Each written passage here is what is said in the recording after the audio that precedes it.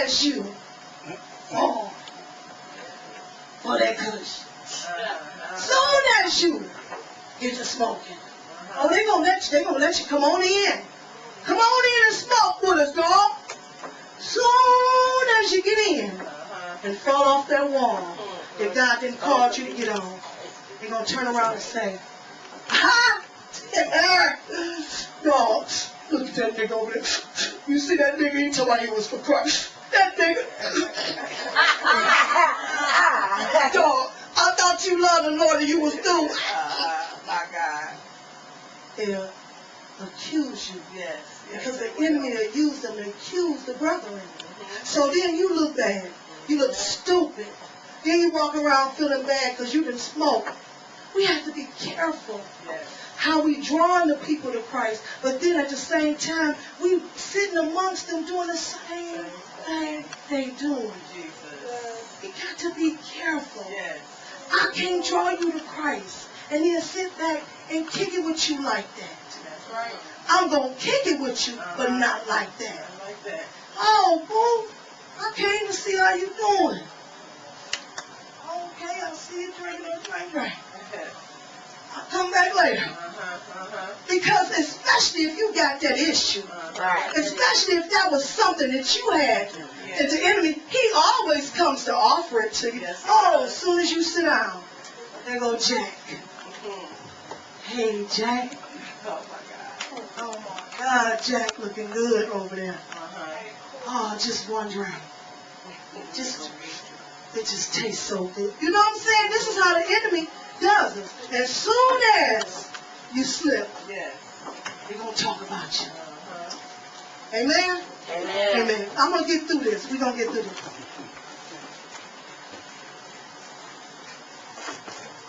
Okay, where we at? He said, remember, oh God, all the evil that they have done. They tried to intimidate me. So God is asking them, Nehemiah asking God to remember them. But listen, this is the good part.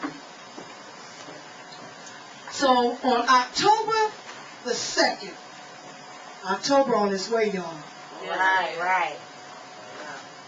We begin this work on the wall strong August the 10th, 2009. We got to October the 2nd. Stay on the wall. Let's build.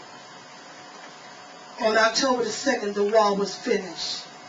Just 52 days after we had began. When our enemies and the surrounding nations heard about it, they were frightened and humiliated. They realized this work had been done with the help of God. See, the enemies can't stop what God's doing. And so when this work is done, all they're going to do is stand and be humiliated. They're going to stand and look crazy.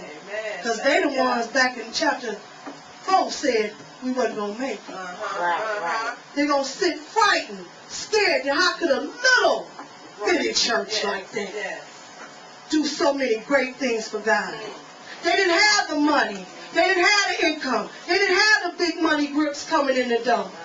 But they were able to accomplish a lot.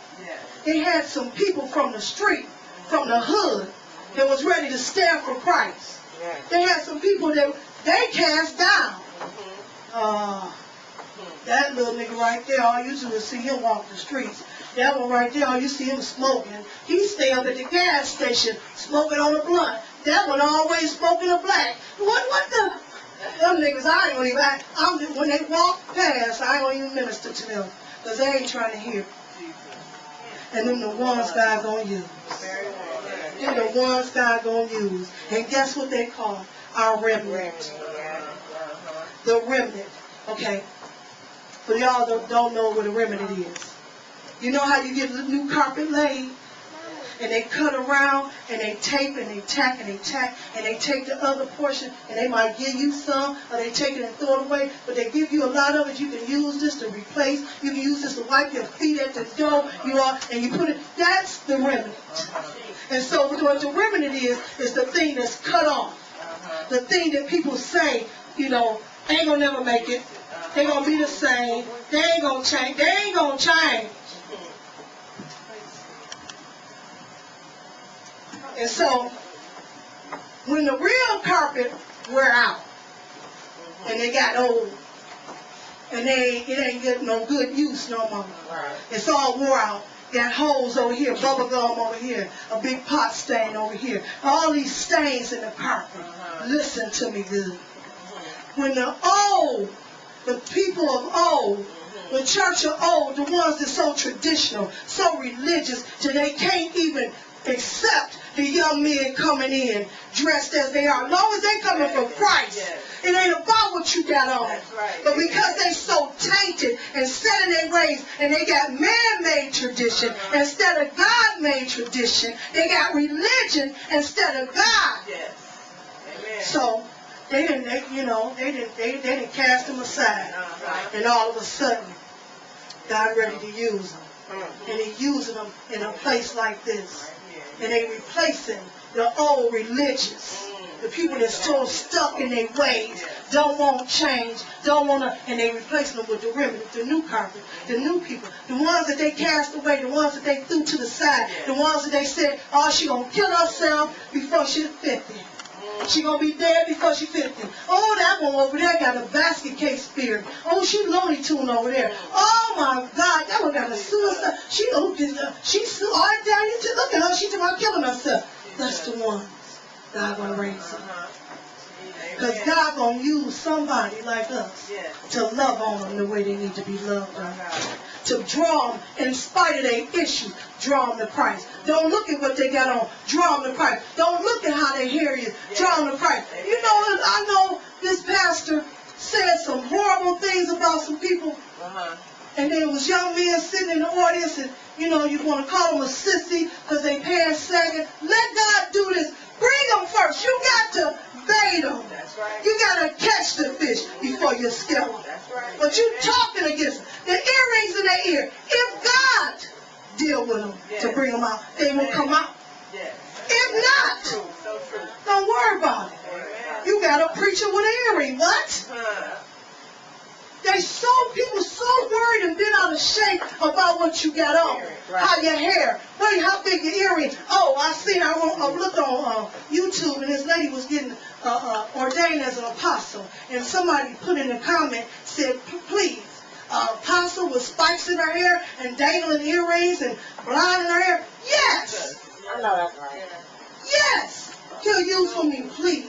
Because the ones with the skirts all the way down to their ankles, and I got on one today, but any other time I got on my jeans. Anyway, the ones with the skirts all the way down to their ankle, and they covering their shoulders, and they covering their arms, and they go, oh, I'm so saved. Them the ones. That's why they say the saved ones, you can get them. But most of them that's stuck in traditional religion, you can get them in the back of the alley, and the niggas will raise their dresses. Because they done got so gullible. They hadn't seen it. They're doing so much to stay out of the eyes of the pastor. They so worried about what the pastor gonna think, till they sneaking behind the pastor's back, but they still sinning. And God knows it all. But if I come to you and I let you know, this is me. And unless God do, see, because I've been a pastor for 2.5 years, a little over 2.5 years. And I'm not going to change who I am, how I talk, or who I represent Christ to be for nobody. You ain't going to define my holiness because of what I got on. You ain't going to define my salvation because of how I dress. You ain't going to tell me I'm not saved because I ain't dressed like you. All right. Please, beat it. Beat it. I'm not going to take this thing with religion. I won't have it here. Tradition, religion. I want people to be saved. I want their soul saved, not their clothes saved. Amen. I want their soul saved, not their clothes saved. That's right. Do you understand? And so anyway, these people end up in utter shame because they didn't believe that God could use a man like Nehemiah to build a wall. You had to be somebody important to build a wall. You had to already have something established to build a wall. You got to be established to do this.